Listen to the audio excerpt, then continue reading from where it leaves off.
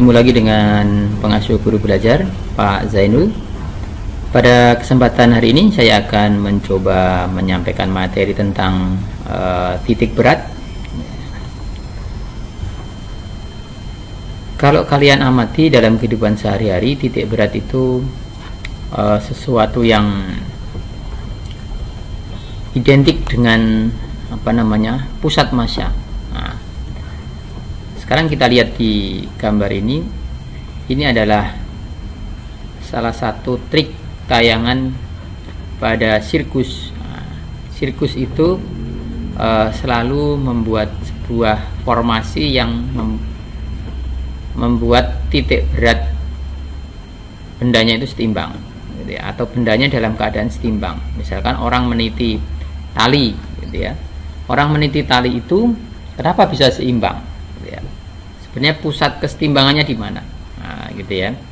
Nah, ini mereka sudah berlatih cukup lama untuk bisa mencari atau menentukan sebuah formasi sehingga titik berat bendanya bisa setimbang, gitu ya. Nah, oke, sebenarnya apa sih titik berat itu, gitu ya. Oke, titik berat itu dikenal sebagai suatu titik di mana resultan gaya gravitasi, gitu ya, V, partikel-partikel yang tersebar pada semua titik pada benda seperti ini. Nah, digambarkan seperti ini, seperti titik-titik, gitu ya. Nah, seperti ini. Nah, ini kan ada titik-titik partikel. Nah, jadi titik berat itu resultan dari semua gaya gravitasi partikel yang terkonsentrasi pada suatu titik. Nah, kalau ini berupa batang begini, tentunya pusat gravitasinya atau pusat massanya itu berada di tengah-tengah, gitu ya, seperti ini saja. Nah, sehingga kita bisa membuat sebuah rumusan, gitu ya. Nah, seperti ini, dikenal dengan istilah menentukan titik berat benda secara kuantitatif. Misalkan ada benda titik 1, benda 1, benda 2, kemudian benda 3, gitu ya, ada 3 titik. Nah, karena definisi dari titik berat itu tadi adalah resultan semua gaya berat, berarti ya resultan gaya berat di titik X, gitu ya. Misalkan ini koordinatnya adalah X1, Y1, berarti ya kalau itu kita mencari titik berat di sumbu X, berarti ya beratnya benda 1, W1 dikalikan X1. Ini dijumlah dengan titik yang kedua, gitu ya. Titik yang kedua di mana? Titik kedua ya di sini. Misalkan posisinya titik kedua di sini, misalkan. Kita tentukan misalkan berarti X2, Y2. Berarti apa? W2 kali X2.